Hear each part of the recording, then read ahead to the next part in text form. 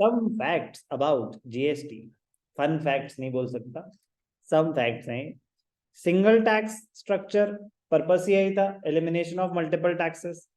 GST aims to subsume a multiple taxes into one single tax across the country, one nation, one tax, and makes goods uniformly priced across India.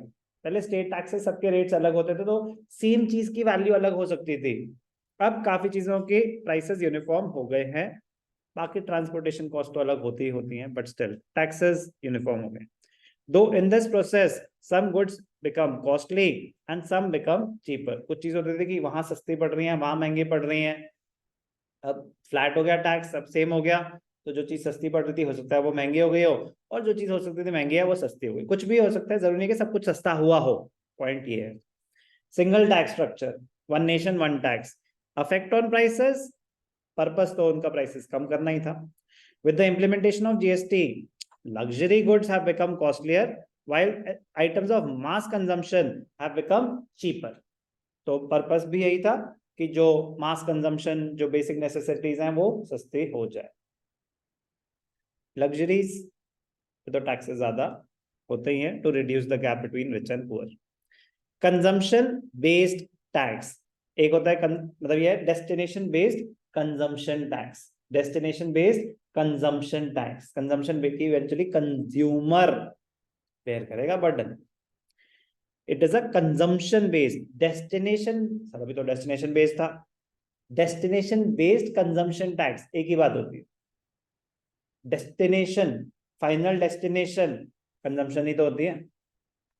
That is, the tax is received by the state in which the goods or services are consumed and not where they are manufactured. तो जैसे मतलब दिल्ली से हरियाणा में सामान बेचा, तो tax Haryana में collect होगा, टैक्स हरियाणा में कलेक्ट होगा, जहां पे इवेंचुअली सेल हुई है।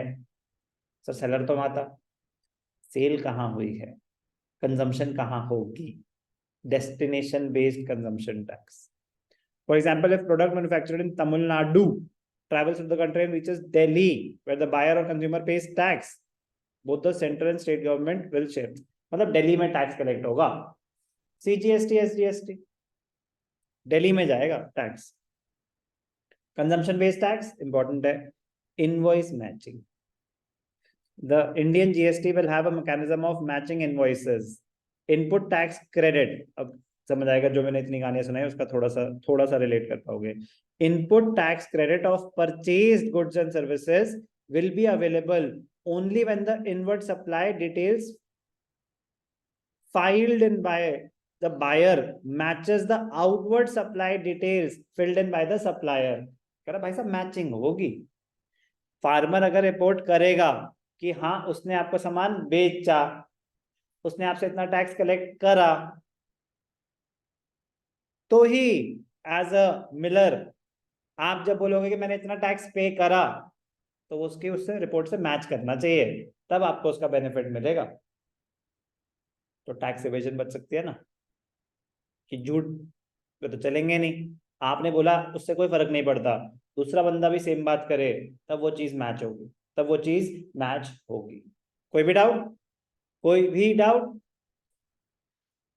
GST network is a self-regulating mechanism which not only checks tax frauds and tax evasion, but also brings in more and more businesses into the formal economy. Clear? Invoice matching. Anti-profiteering measure. It is one of the key features of the recently implemented GST law. These measures prevent entities from making excessive profits. कि मतलब ऐसा नहीं कि tax की वजह से आप अपने प्रॉफिट्स बढ़ा दें, नो, आप बेनिफिट पास ऑन करेंगे।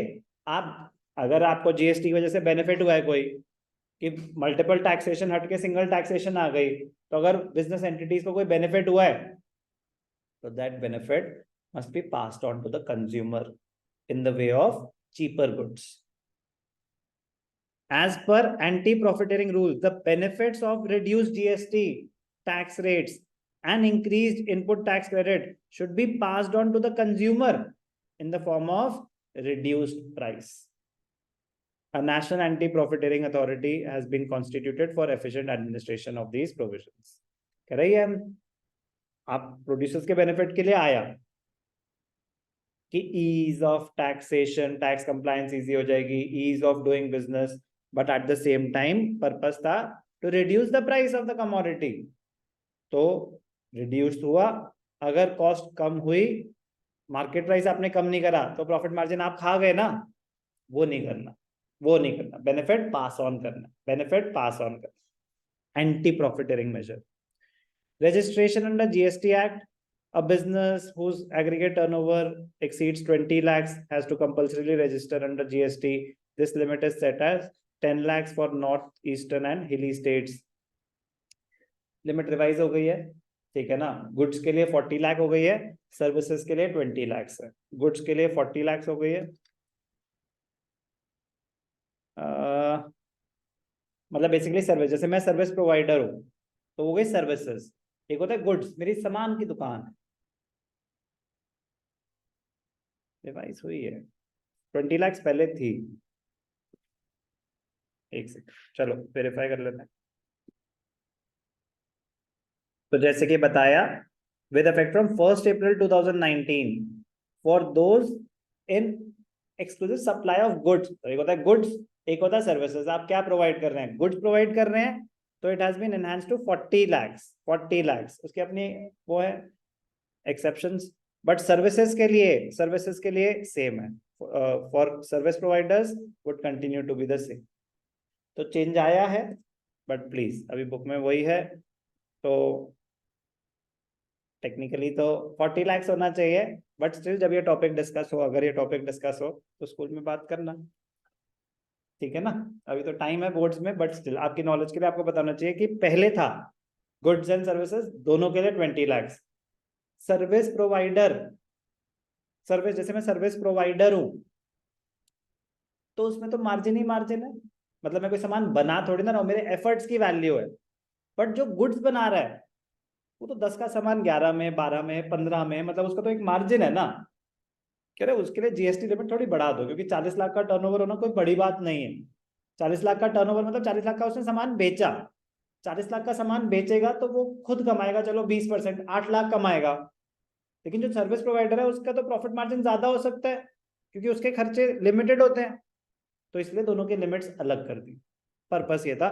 बट प्लीज अभी आपके लिए जो बुक है वो है, बट मतलब मैं वैसे कह रहा हूँ अपनी नॉलेज के लिए, फॉर गुड्स लिमिट